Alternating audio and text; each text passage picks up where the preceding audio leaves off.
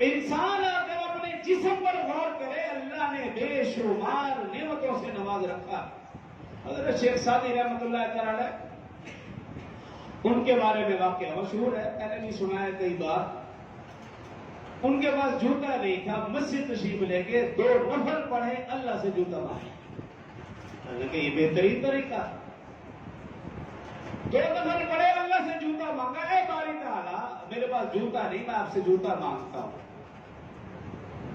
کتنے تیرے بندے ہیں، کافر ہیں، کوئی نافرمان ہیں، ان کے پاس قیمتی قیمتی لباس اور جوتے ہیں.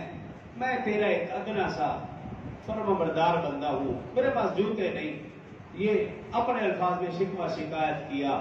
اٹھ کر مسجد کے دروازے کی طرف آئے، ایسے آدمی پر نظر پڑی جس کے پاؤں نہیں تھے.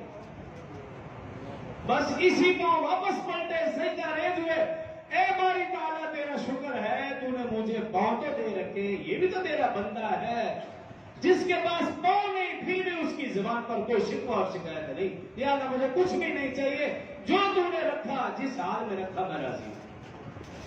کاش میری اور آپ کی بھی یہی عادت بن جائے.